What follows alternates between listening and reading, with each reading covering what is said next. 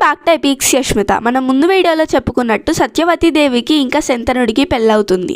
వీళ్ళిద్దరికీ చిత్రాంగదుడు, విచిత్ర వీర్యుడు అనే ఇద్దరు కుమారులు జన్మిస్తారు. వీరిద్దరిలో చిత్రాంగదుడు పెద్దవాడు.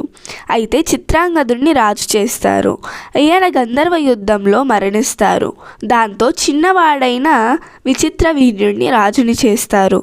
ఈయనకి పెళ్లి వయసు వచ్చినప్పుడు సత్యవతీదేవి భీష్మునితో విచిత్ర వీర్యునికి కాశీ రాజకుమారీలైన అంబాలిక, అంబికలను తీసుకొని రమ్మంటుంది. దాంతో భీష్ముడు కాశీ రాజకుమారులైన అంబాలిక, అంబికలను వారి స్వయంవరం నుంచి అపహరించి తెస్తారు. అయితే వీరి ముగ్గురిలో అంబాకు అంటే పెద్ద అమ్మాయికి ఈ పెళ్ళి ఇష్టం ఉండదు. ఎందుకంటే తను సెల్వరాజు అనే ఒక రాజుని ప్రేమిస్తుంది. దాంతో ఆమె వెళ్ళిపోతుంది. దీని తర్వాత అంబాలికకు విచిత్ర వీరుడితో పెళ్ళవుతుంది. కానీ కొన్ని రోజులకే విచిత్ర వీరుల వారు మరణిస్తారు.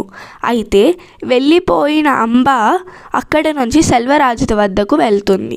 అయితే సెల్వరాజు ఆమెను స్వయంవరంలో గెలుచుకోలేదు కదా, దాంతో నేను నిన్ను పెళ్లి చేసుకోను అంటారు. ఆమెకు చాలా బాధేస్తుంది. దాంతో వెంటనే పరశురాముడు అంటే భీష్ముడి గురువు దగ్గరకు వెళ్ళి జరిగిందంతా చెబుతుంది.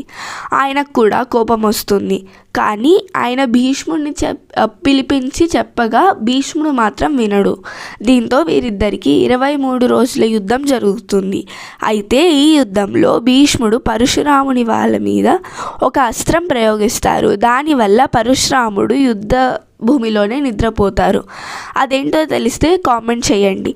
ఇట్లాంటి మరిన్ని వీడియోస్ కావాలంటే please like, share and subscribe. Thank you.